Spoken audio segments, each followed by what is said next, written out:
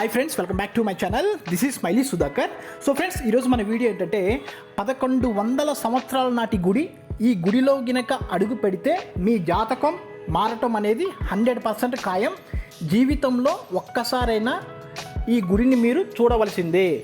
అసలు ఈ గుడికున్న మరొక స్పెషాలిటీ ఏంటంటే దాదాపుగా 500కు పైగా సినిమాలు ఈ గుడిలోనే చిత్రీకరించబడ్డాయి. అసలు ఈ వీడియో అనేది చాలా ఇంట్రెస్టింగ్గా ఉంటుంది. సో ఎవరు కూడా స్కిప్ చేయకుండా చివరికైతే చూసే ప్రయత్నం అయితే చేయండి. సో మీరు కనుక ఫస్ట్ టైం కనుక మన ఛానల్ చూసినట్టయితే లైక్ చేయండి, షేర్ చేయండి. ఇటువంటి మరెన్నో ఇంట్రెస్టింగ్ వీడియోస్ కోసం మన ఛానల్ అయితే సబ్స్క్రైబ్ చేసుకోండి. ఈ గుడిని 13వ శతాబ్దంలో వేగి రాజులు ఈ ఆలయాన్ని నిర్మించారు. దాదాపుగా 1100 చరిత్ర గల ఈ దేవాలయాన్ని కనుక మనం దర్శించడం అంటే అది మన పూర్వజన్మ సుకృతంగా మనం భావించవచ్చు. ఇది ఇక్కడ మీరు వీడియోలో చూసినట్టు ఇది గుడి యొక్క గాలి గోపురం, అంటే గుడి యొక్క ప్రధాన ద్వారం. ఇదంతా కూడా ఏంటంటే మనకి సహజ సిద్ధమైన ప్రకృతి వాతావరణంలో సిటీకి సదూర దూరంలో మనకి టెంపుల్ అనేది ఉంది. ఇక్కడ ఈ టెంపుల్లోనే అనేక రకాలైనటువంటి సినిమా షూటింగ్లు దాదాపుగా 500 నుంచి ఇప్పటికీ కూడా ఈ టెంపుల్లోనే ఎక్కువగా సినిమాలు కానీ సీరియల్స్ కానీ షూటింగ్స్ ఎక్కువ జరుగుతూ ఉంటాయి. సో ఇక్కడ మీరు వీడియోలో చూడొచ్చు, ఆంజనేయ స్వామి వారి యొక్క విగ్రహం అనేది గుడి ప్రధాన ద్వారం ధ్వజస్తంభం దగ్గరే మనకు ఉంటుంది. ఈ గుడికున్న మరొక స్పెషాలిటీ ఏంటంటే ఈ గుడిలో గినక ఏదైనా ఒక సినిమా కానీ ఏదైనా కానీ చిత్రీకరణ చేస్తే 100% ఆ సినిమా అనేది బ్లాక్ బాస్టర్ అవుతుంది అని చెప్పేసి ఇక్కడ దర్శక నిర్మాతల నమ్మకం. అందుకే ఏ సినిమా షూటింగ్ అయినా మెయిన్గా ఈ గుడి వద్దే కొన్ని మెయిన్ పార్ట్స్ అన్నీ కూడా తీస్తూ ఉంటారు. ప్లస్ మన మహేష్ బాబు మురారి సినిమా ఇవన్నీ కూడా ఇదే గుడిలో షూటింగ్ చేయటం జరిగింది. ఈ గుడికున్న మరొక అడ్వాంటేజ్ ఏంటంటే ఈ గుడిలో వచ్చేసి ఈ కొలను కూడా దాదాపుగా గుడి నిర్మించిన చరిత్ర అయితే ఉంది. ఈ కొలని దాదాపుగా కొన్ని 100 సంవత్సరాల క్రితం అయితే నిర్మించడం జరిగింది. మీరు ఇక్కడ వీడియోలో కూడా చూడొచ్చు. సహజ సిద్ధమైన ప్రకృతి వాతావరణం నడుమ వద్ద మనకి ఇక్కడ ఈ కొలను అనేది గుడికి మనకి నియర్ బై గుడి పక్కనే మనకి కొలను కూడా ఉంటుంది. ఇది మీరు మురారి మూవీలో కూడా మీరు ఈ కొలను ఇదంతా కూడా మీరు ఇక్కడ ఈ లొకేషన్ ఇదంతా కూడా చూసే ఉంటారు. ఓన్లీ మురారి మూవీ అనే కాదు, అనేక రకాలైనటువంటి సినిమా లొకేషన్లో ఎక్కువగా కూడా మీరు టెంపుల్ని అయితే చూసే ఉంటారు. ఇది వచ్చేసి స్వామివారి యొక్క మెయిన్ టెంపుల్.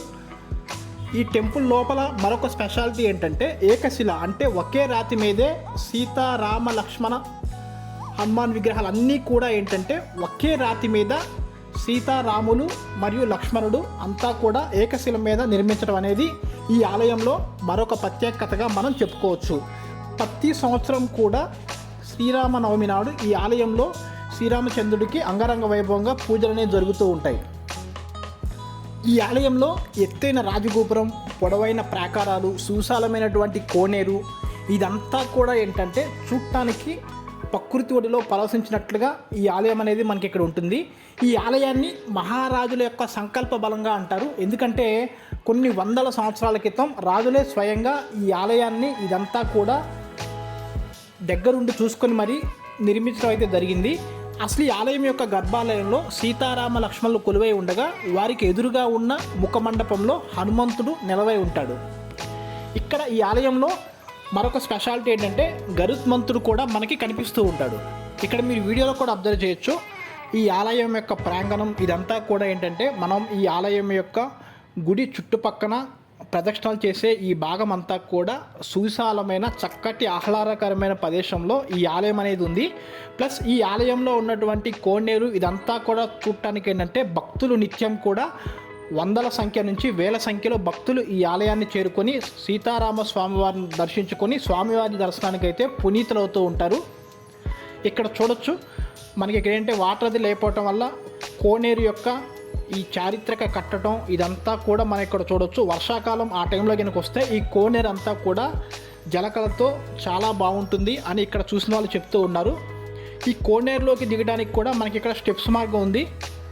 అండ్ దాంతోపాటుగా ఈ కోనేరు చుట్టూ ఉన్నటువంటి ఆ కొబ్బరి తోటలు కానీ ఆ పచ్చని మట్ల మధ్య అయితే ఈ కోనేరు వాతావరణం చాలా సహజసిద్ధంగా ఉంటుంది.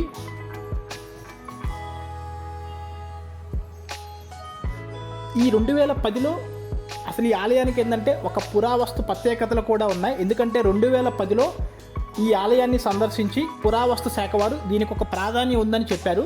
గోపురం చుట్టూ ఉన్న ప్రహరీని క్షుణ్ణంగా గనక పరిశీలించి ఇక్కడ స్థల నిర్మాణంపై కూడా పరిశోధనలు చేశారు. మున్ముందు పురావస్తు శాఖ ఆధ్వర్యంలో ఈ ఆలయాన్ని మరింతగా ఆధునీకరణిస్తానన్నారు. ఎన్నో విగ్రహాలు తయారు చేసిన శిల్పులు కూడా ఈ ఆలయాన్ని దర్శించి ఇక్కడ విగ్రహాలు 1000 సంవత్సరాల కిందటివని గుర్తించారు.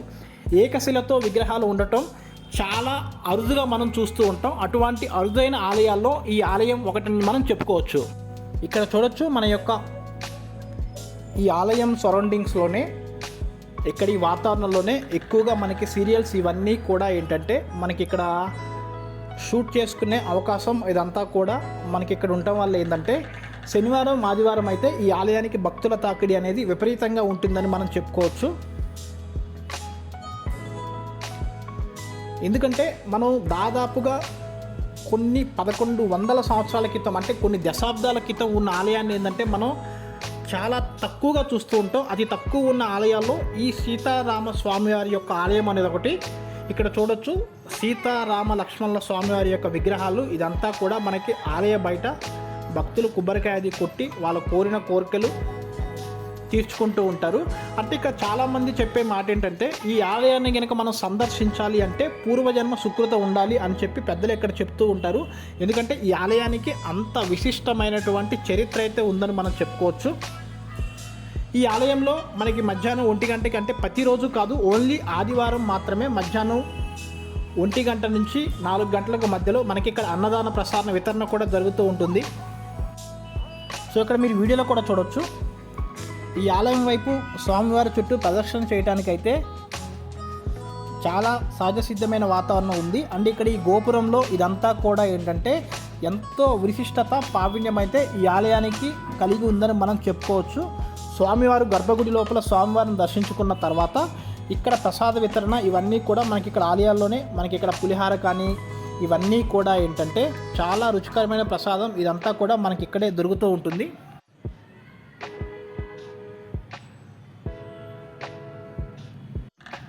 ఇది స్వామివారి ఆలయం వెలుపలి యొక్క భాగం.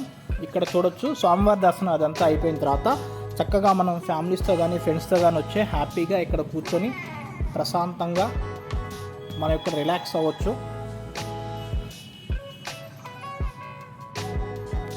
ఇది స్వామివారి యొక్క గుడి యొక్క బయట ప్రాంగణం, అంటే స్వామివారి గుడి కోనేరు ముందు యొక్క ప్రాంగణం.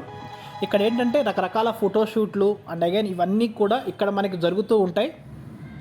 ఈ పైనుంచి కనుక స్వామివారి గర్భగుడి ఇదంతా కూడా మనం చూడొచ్చు.